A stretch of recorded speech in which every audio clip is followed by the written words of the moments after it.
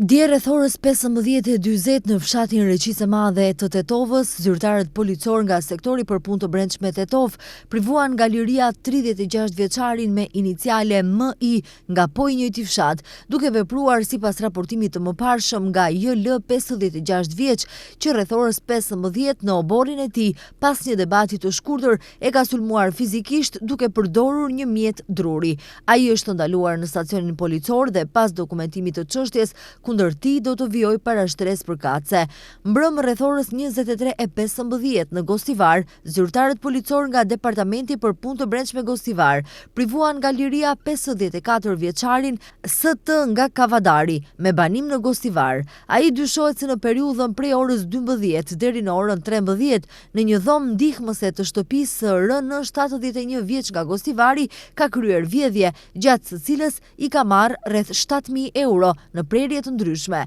Një pjesë e parave ju gjet dhe ju mor dhe është ndaluar në stacionin policor dhe pas dokumentimit të plot të rastit, ndaj tij do të bëhet kallëzim përkatës.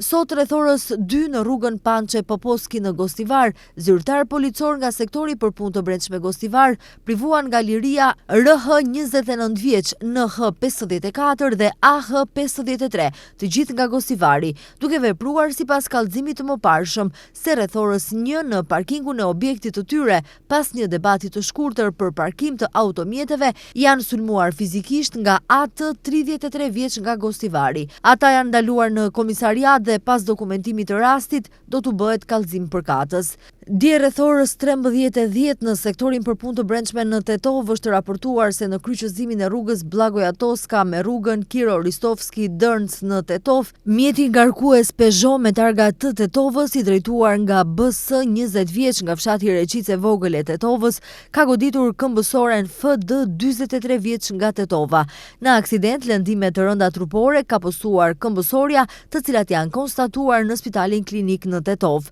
Një ekip inspektues i sektorit për punë të brendshme Tetov ka kryer inspektim në vendin e aksidentit.